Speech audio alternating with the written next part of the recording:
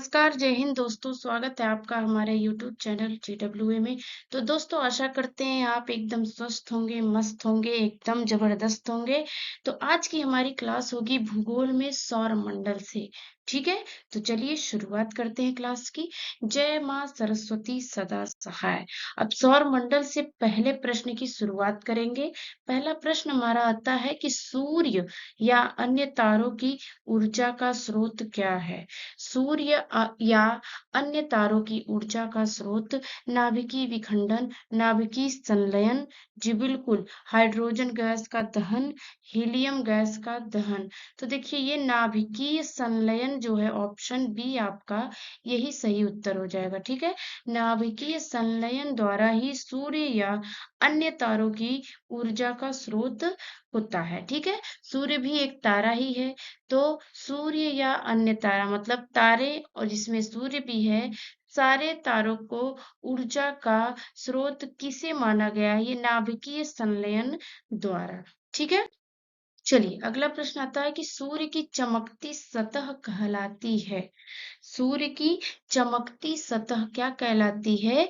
Photosphere कहलाएगी। ठीक है, क्या हो जाएगा? सूर्य की चमकती सतह कहलाती है फोटोस्फीयर। ठीक, चलिए अगले प्रश्न की बात करेंगे। इनमें से कौन सा ग्रह दक्षिणावर्त दिशा में घूमता है?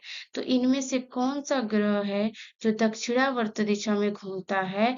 तो बिल्कुल ऑप्शन सी शुक्र आपका सही उत्तर हो जाता है, जो कि क्या, जो कि दक्षिणावर्त दिशा में घूमता है। शुक्र और बुध ये दोनों की बात हम करेंगे। ठीक है, चलिए पृथ्वी का निकटतम तारा है। अगर पृथ्वी का निकटतम तारा की बात करेंगे तो ऑप्शन बी सूर्य एक तारा है और यह पृथ्वी का निकटतम तारा है। ठीक है, चलिए अगले प्रश्न की बात करेंगे कि हैली धूमकेतु अब कब दिखाई देगा? तो हैली धूमकेतु अब आने वाले समय में कब दिखाई देगा? तो ऑप्शन बी 2061 इसका सही उत्तर हो जाता है। ठीक है, तो चलिए हम बात करेंगे अगले प्रश्न की। हमारी आकाशगंगा मिल्की वे, ठीक है, पहला तो आपका ये सही हो जाता है कि हमारी आकाशगंगा का नाम क्या है? तो मिल्की वे एकदम सही उत्तर होता है। तो मिल्की वे के सबसे नजदीक कौन सी आकाशगंगा है? तो बिल्कुल एंड्रोमेडा आकाशगंगा मिल्की वे के सबसे नजदीकी आकाशगंगा है।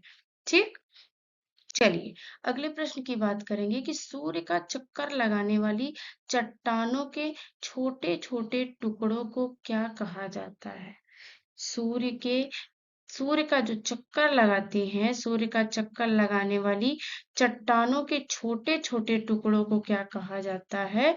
तो इसे कहा जाता है उल्का पिंड। ठीक है, क्या कहा जाएगा? उल्का पिंड आपका सही उत्तर हो जाएगा।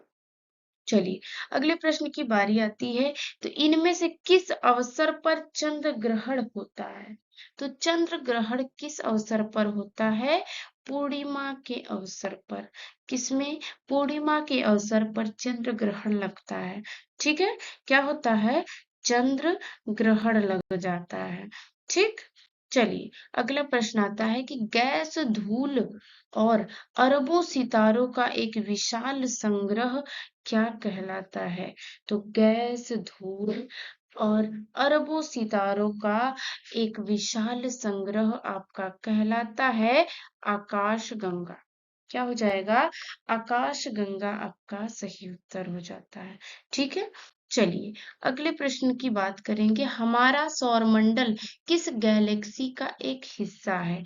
तो हमारा सौरमंडल जो है आपका मिल्की वे, पीछे हमने आपको बता ही दिया कि मिल्की वे जो है हमारा सौरमंडल किस गैलेक्सी का एक हिस्सा है?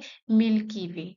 ठीक, चलिए अगला प्रश्न आता है कि सूर्य के प्रकाश को पृथ्वी तक पहुंचने में कितना समय लगता है? तो 8 मिनट 16.6 सेकेंड का समय लगता है कि सूर्य का प्रकाश पृथ्वी तक जब पहुंचता है तो उसका समय क्या होता है? 8 मिनट 16.6 सेकंड में एकदम सही उत्तर हो जाएगा। ठीक। अगला प्रश्न आता है कि किस ग्रह को पृथ्वी के जुड़वा के रूप में जाना जाता है, या किस ग्रह को पृथ्वी की जुड़वा बहन कहा जाता है, किस ग्रह को सबसे चमकीला ग्रह कहा जाता है, भोर का तारा कहा जाता है। यह सब जितना नाम है ये शुक्र ग्रह का है। ठीक। चलिए अगले प्रश्न की बात करेंगे। निम्नलिखित में से किस देश में एक से अधिक मानक याम्योत्तर रेखाएं हैं? तो ये आपका यूएसए हो जाता है। ठीक है, यूएसए आपका सही उत्तर हो जाता है। ठीक। चलिए अगला प्रश्न आता है कि पृथ्वी का प्राकृतिक उपग्रह कौन सा है? पृथ्वी का प्राकृतिक उपग्रह कौन सा है? तो बिल्कुल चंद्रमा आपका एकदम सही उत्तर हो जाता है। ठीक। चलिए अगला प्रश्न आता है कि बिग बैंग सिद्धांत किसके द्वारा प्रतिपादित किया गया था? तो बिग बैंग सिद्धांत किसके द्वारा प्रतिपादित किया गया था? जॉर्ज लैमेत्रे। क्या हो जाएगा? जॉर्ज लैमेत्रे आपका एकदम सही उत्तर हो जाएगा। ठीक है। अब बात करेंगे अगले प्रश्न की। कितने तारामंडलों को नाम दिया गया है? कितने तारामंडलों को नाम दिया गया है? तो ऑप्शन ए हो जाता है 88 तारामंडलों का नाम दिया गया है। ठीक है। अब आगे बात आती है कि ब्रह्मांड का अध्ययन किसके रूप में जाना जाता है? ब्रह्मांड का अध्ययन किसके रूप में? कॉस्मोलॉजी। कॉस्मोलॉजी में ब्रह्मांड का अध्ययन किया जाता है। ठीक है। अब बात करेंगे हम अगले प्रश्न की कि तारों का ऐसा समूह जिसको उसके आकृति से पहचाना जाता है, क्या है? तारों का एक ऐसा समूह जिसको उसके आकृति से पहचाना जाता है, तो वो हो जाता है आपका तारामंडल। ठीक है।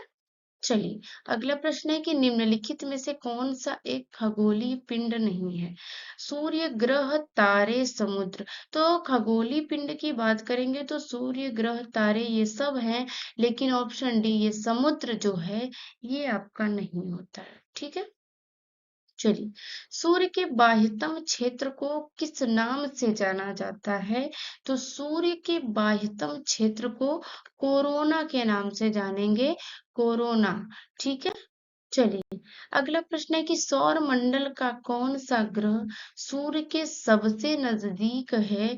तो ये तो हमने आपको पीछे बताया होगा शायद। बुध, शुक्र, पृथ्वी। ठीक है। चलिए अब चलेंगे अगले प्रश्न की ओर। रात्रि के समय आकाश में मौजूद सबसे चमकीला ग्रह कौन सा है? पीछे हमने आपको बताया सबसे चमकीला ग्रह है शुक्र। इसे पृथ्वी की जुड़वा बहन भी कहते हैं, इसे भोर का तारा भी कहते हैं। जी बिल्कुल शुक्र आपका सही उत्तर हो जाएगा। मंगल ग्रह के कितने प्राकृतिक उपग्रह हैं? तो मंगल ग्रह के उपग्रह की बात करेंगे तो इसके 2 उपग्रह हैं। कितने? मंगल ग्रह के कितने प्राकृतिक उपग्रह हैं? 2 हैं। ठीक है। चलिए अगले प्रश्न की बात करेंगे। पृथ्वी पर मौजूद सभी ऊर्जा का मुख्य स्रोत इनमें से कौन सा है? पृथ्वी पर मौजूद सभी ऊर्जा का मुख्य स्रोत क्या है? सूर्य है। सूर्य ही है जो पृथ्वी के सभी मौजूद जो भी है सबका ऊर्जा का मुख्य स्रोत कौन है? सूर्य है। ठीक है। चलिए अगला प्रश्न है कि एक महीने में कितनी बार आधा चंद्रमा दिखाई देता है? तो एक महीने में कितनी बार? 2 बार आधा चंद्रमा दिखाई देता है। ठीक है। चलेंगे अगले प्रश्न की ओर। चंद्रमा किस खगोलीय पिंड के चारों ओर घूमता है? तो चंद्रमा किस खगोलीय पिंड के चारों ओर घूमता है? तो पृथ्वी हो जाएगा आपका। ऑप्शन सी पृथ्वी सही उत्तर हो जाएगा। ठीक है।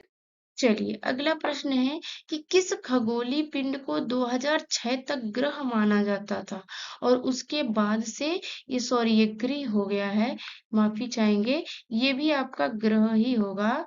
तो और उसके बाद से उसे ग्रह नहीं माना जाता है। तो ये जो यम है, यम मतलब प्लूटो है, ये 2006 से पहले इसे खगोलीय पिंड में शामिल किया गया था, इसे माना जाता था, लेकिन 2006 के बाद इसे ग्रह नहीं माना जाता है। ठीक है। चलिए अगले प्रश्न पे जब हम आएंगे, रात्रि के समय आकाश में सबसे चमकीली वस्तु कौन सी है? तारा, बृहस्पति ये मतलब ग्रह की बात कर रहा है, चंद्रमा मतलब हमारा जो प्राकृतिक उपग्रह है, मंगल ग्रह है, लेकिन ये सबसे चमकीली वस्तु चंद्रमा ही तो आपको दिखाई देता है। ठीक है। चलिए अगला प्रश्न हमारा आता है कि पृथ्वी किस प्रकार का खगोलीय पिंड है? तो पृथ्वी किस प्रकार का खगोलीय पिंड है? उपग्रह है, धूमकेतु है, ग्रह है या तारा है? तो ये सबको पता है कि पृथ्वी एक ग्रह है। ठीक है। ये आपका सभी प्रश्न होता है यहीं पे समाप्त। तो दोस्तों आशा करते हैं आपको क्लास बहुत पसंद आई होगी। क्लास पसंद आई हो तो क्लास को लाइक करेंगे, दोस्तों में शेयर करेंगे और चैनल पर अगर पहली बार आए हो तो चैनल को सब्सक्राइब जरूर कर लेंगे। ठीक है। चलिए मिलते हैं हम आपसे अगली क्लास में। Thank you.